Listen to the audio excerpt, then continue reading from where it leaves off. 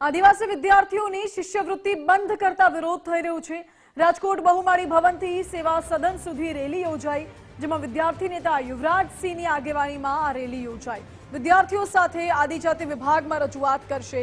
સૌરાષ્ટ્રમાં 20,000 વિદ્યાર્થીઓ શિષ્યવૃત્તિથી વંચિત હોવાનો દાવો કરાઈ રહ્યો છે અને રાજ્યમાં 50,000 વિદ્યાર્થીઓ શિષ્યવૃત્તિથી વંચિત રહ્યા તેવો પણ દાવો કરાયો। વિદ્યાર્થીઓના અલગ અલગ મુદ્દે વિદ્યાર્થી નેતા યુવરાજસિંહ દ્વારા રેલી યોજી અને જે કલેક્ટર કચેરીએ જઈ રહ્યા છે, અનુસૂચિત જાતિ જનજાતિના વિદ્યાર્થીઓને થતો અન્યાય છે તેને લઈને આ રેલી યોજી રહ્યા છે। યુવરાજસિંહ સાથે વાત કરશું।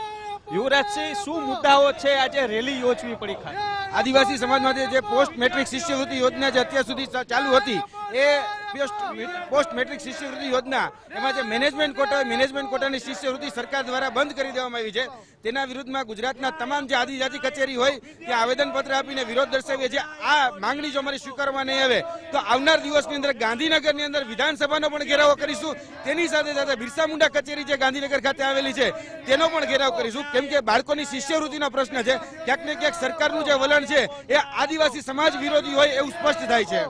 યુવરાજસિંહ, ખાસ જે રીતના વાત કરીએ તો કેટલા વિદ્યાર્થીઓ આ શિષ્યવૃત્તિથી વંચિત રહેતા હશે? પૂરા ગુજરાતમાં જોવા જોઈએ તો 50,000 થી 60,000 વિદ્યાર્થીઓ થાય છે, પરંતુ સૌરાષ્ટ્રની જો વાત કરીએ તો સૌરાષ્ટ્રની અંદર 10,000 એવા વિદ્યાર્થીઓ છે કે જે આ શિષ્યવૃત્તિથી વંચિત રહ્યા છે।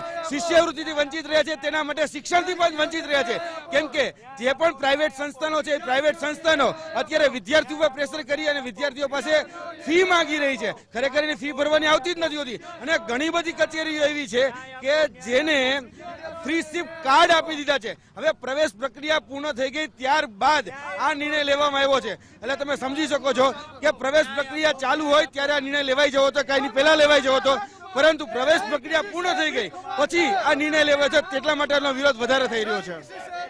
રેલી યોજી અને વિદ્યાર્થીઓ છે તે અલગ અલગ બેનરો સાથે જે રીતના જોઈ શકાય છે, વિદ્યાર્થીઓ છે એમના હાથમાં પ્લે કાર્ડ્સ પણ છે, કારણ કે જે રીતના વિદ્યાર્થીઓએ સ્કૂલની અંદર એડમિશન લઈ લીધું છે ને ત્યારબાદ જે શિષ્યવૃત્તિ ન મળતા અત્યારે વિદ્યાર્થીઓને ના છૂટકે ફી ભરવી પડે છે, તેને લઈને હાલ જે વિદ્યાર્થીઓ છે તે રેલી યોજી અને જે રજૂઆત છે તે કરવા જઈ રહ્યા છે। એટલે કહી શકાય કે વિદ્યાર્થી નેતા યુવરાજસિંહના આગેવાની હેઠળ આ છે રજૂઆત કરવા જઈ રહ્યા છે અને આગામી સમયમાં જરૂર પડશે તો ગાંધીનગરનો ઘેરાવ પણ કરવાની તૈયારીઓ બતાવી છે। કેમેરા પર્સન કિશોર વાડોલિયા સાથે રહીમ લાખાણી, ગુજરાત ફર્સ્ટ, રાજકોટ।